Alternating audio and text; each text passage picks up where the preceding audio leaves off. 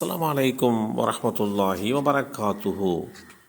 திங்கட்கிழமை அபூ கதாதா அல் அன்சாரி ரதியல்லாஹு அன்ஹு அவர்கள் கூறினார்கள், அல்லாஹுடைய தூதர் ஸல்லல்லாஹு அலைஹி வஸல்லம் அவர்களிடம் திங்கட்கிழமை நோன்பு நோற்பது குறித்து கேட்கப்பட்டது.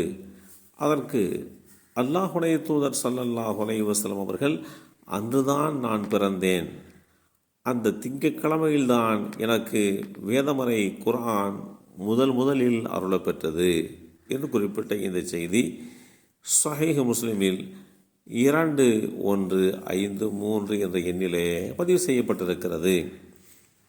அல்லாஹுடைய தூதர் ஸல்லல்லாஹு அலைஹி வஸல்லம் அவர்களிடம் கேட்கப்பட்ட அந்த திங்கட்கிழமை குறித்து அவர்கள் சொன்ன அந்த விஷயம் என்பது மிகவும் முக்கியத்துவம் வாய்ந்த ஒன்று.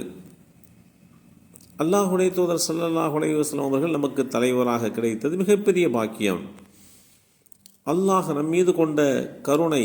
எனவேதான் அல்லாஹுடைய தூதர் ஸல்லல்லாஹு அலைஹி வஸல்லம் அவர்களின் பிறந்த தினத்தின் போது சிறந்த வழிபாடாகிய நோன்பு நோற்று அல்லாஹ்வுக்கு நன்றியையும் வெளிப்படுத்துகின்ற ஒரு சூழல் நமக்கு கிடைத்திருக்கிறது. உர்வா ரஹ்மத்துல்லாஹி அலைஹி அவர்கள் குறிப்பிட்டார்கள், சுவைபா என்ற அபூலஹபினுடைய அடிமை பெண், அபூலஹப் சுவைபாவை விடுதலை செய்தார். அவர் அல்லாஹுடைய தூதர் ஸல்லல்லாஹு அலைஹி வஸல்லம் அவர்களுக்கு பால் ஊட்டினார். அபூலஹப் அவர்கள் இறந்தபோது அவருடைய குடும்பத்தாரில் ஒருவர் அபூலஹபை கனவில் கண்டார். அபூலஹப் மோசமான நிலையில் இருப்பதாக அவருக்கு காட்டப்பட்டது. அபூலஹபிடம், உன்னுடைய மரணத்திற்கு பிறகு நீ எதிர்கொண்டது என்ன என்று கேட்டார். உங்களை விட்டு பிரிந்த பின் ஒரு சுகத்தையும் நான் சந்திக்கவில்லை. ஆயினும் நான் என்னுடைய அடிமை பெண்ணாகிய சுவைபாவை விடுதலை செய்ததற்கு பிரதியாக இந்த விரல்களுடனே எனக்கு தண்ணீர் புகட்டப்படுகிறது என்று தனக்கு தண்ணீர் புகட்டப்படுகின்ற அந்த விரல் குறித்து சொன்ன செய்தி ஸஹீஹுல் புகாரியிலே 5101 என்ற எண்ணிலே பதிவு செய்யப்பட்டிருக்கிறது. அப்துல்லாஹ் இப்னு அப்பாஸ் ரதியல்லாஹு அன்ஹுமா அவர்கள் இந்த நபிமொழிக்கு விளக்கமளிக்க முன்வருகின்ற போது, அபூலஹப் மரணித்த ஒரு வருடத்திற்கு பிறகு அவரை நான் கனவில் கண்டபோது அவர் மிக மோசமான ஒரு நிலையிலே காட்சியளித்தார்.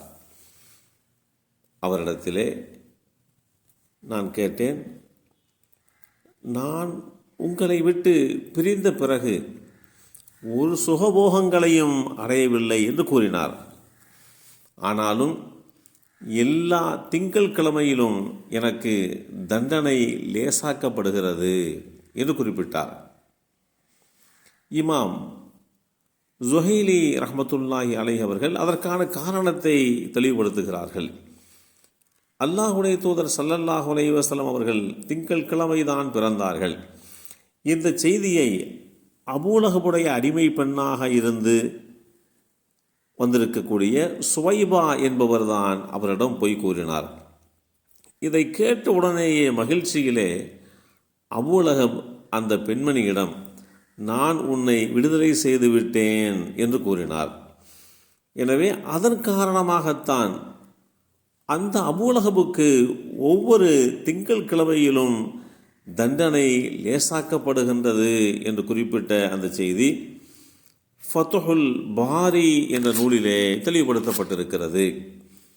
இப்படி திங்கட்கிழமைக்கு உண்டான மகத்துவம், அல்லாஹுடைய தூதருடைய பிறப்பு, அந்த பிறப்பினுடைய செய்தியை சொன்ன சுவைபா என்பவருக்கு கிடைத்த விடுதலை, அந்த விடுதலை வழங்கிய அபூலஹப் மிகப்பெரிய கொடூரமானவராக இருந்தாலும் அவருக்கு இந்த காரியத்தை அவர் திங்கட்கிழமை செய்ததனால் அவருக்கு உண்டான அந்த வேதனை இலகுவாக்கப்பட்ட செய்தியையும் நாம் புரிந்து கொண்டிருக்கிறோம். எல்லாம் வல்ல அல்லாஹு தாலா கிழமைகளுடைய மகத்துவத்தை புரிந்து கொண்டு அந்த கிழமைகளில் நற்காரியங்கள் புரிந்து அல்லாஹுடைய நெருக்கத்தை பெறுவதற்கு அல்லாஹ் நமக்கும் நம் சந்ததிகளுக்கும் அருள்வாளிப்பானாக.